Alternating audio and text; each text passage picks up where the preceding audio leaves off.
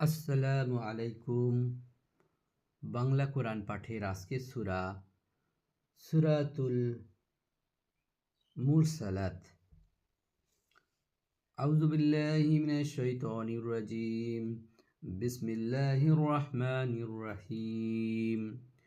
শপথ একের পর এক প্রেরিত বায়ুর, তারপর প্রচণ্ড বেগে ছুটে চলা ঝোড়ো বা হাওয়ার, এবং শপথ মেঘমালাকে ইতস্তত বিক্ষিপ্তকারী বায়ুর।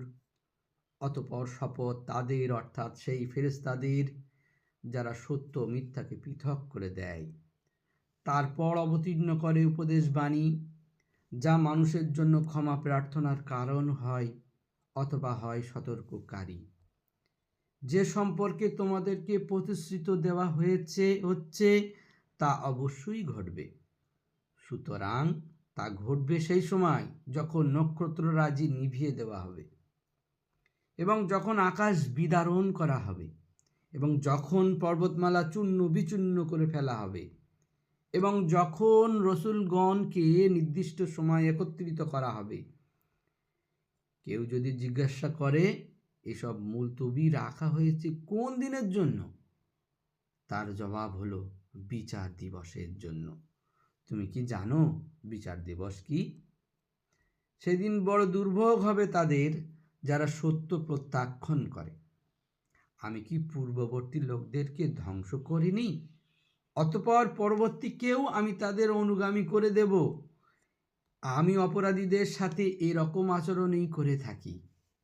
সেদিন বড় দুর্ভোগ হবে তাদের যারা সত্য প্রত্যাখ্যান করে।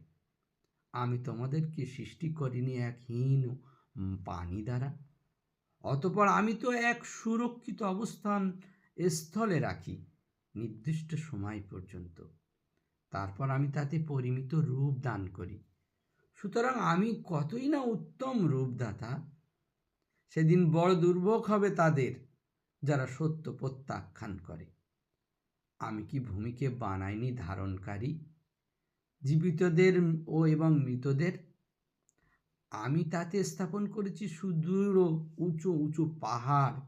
আমি তোমাদেরকে সুমিষ্ট পানি দ্বারা সিঞ্চিত করার ব্যবস্থা করেছি। সেদিন বড় দুর্ভোগ হবে তাদের যারা সত্য প্রত্যাখ্যান করে। তাদেরকে বলা হবে, তোমরা যা অবিশ্বাস করতে, চলো এখন সেই জিনিসের দিকে। চলো 3 শাখা বিশিষ্ট সামিয়ানার দিকে, যাতে নেই শীতল ছায়া এবং যা আগুনের শিখা থেকে রক্ষা করতে পারবে না। তা অট্টালিকা তুল্য বড় বড় স্ফুলিঙ্গ নিক্ষেপ করবে। মনে হবে তা হলুদ বর্ণের উট। সেদিন বড় দুর্ভোগ হবে তাদের যারা সত্য প্রত্যাখ্যান করে। তা এমন একদিন যেদিন লোকে কথা বলতে পারবে না, এবং তাদেরকে কোনো অজুহাত প্রদর্শনের অনুমতি দেওয়া হবে না। সেদিন বড় দুর্ভোগ হবে তাদের যারা সত্য প্রত্যাখ্যান করে। এটা ফয়সালার দিন। আমি একত্র করেছি তোমাদেরকে এবং তোমাদের পূর্ববর্তীকে। এখন তোমাদের যদি কোনো কৌশল থাকে, তবে সেই কৌশল আমার বিরুদ্ধে চালাও। সেদিন বড় দুর্ভোগ হবে তাদের যারা সত্য প্রত্যাখ্যান করে।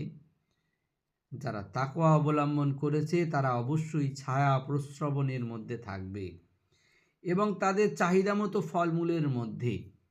তাদেরকে বলা হবে, তোমরা স্বাচ্ছন্দ্যে খাও ও পান করো, তোমরা যা কিছু করতে তার বিনিময়ে। আমি সৎকর্মপরায়ণদেরকে এইভাবেই পুরস্কৃত করি। সেদিন বড় দুর্ভোগ হবে তাদের যারা সত্য প্রত্যাখ্যান করে। হে কাফেরগণ, অল্প কিছু কাল খাও ও মজা লোটো, নিশ্চয়ই তোমরা অপরাধী। সেদিন বড় দুর্ভোগ হবে তাদের যারা সত্য প্রত্যাখ্যান করে। যখন তাদেরকে বলা হবে আল্লাহর সামনে নত হও, তারা নত হয় না। সেদিন বড় দুর্ভোগ হবে তাদের যারা সত্য প্রত্যাখ্যান করে। সুতরাং এরপর আর এমন কি কথা আছে যার উপর তারা ঈমান আনবে? সাদাকাল্লাহুল আযীম।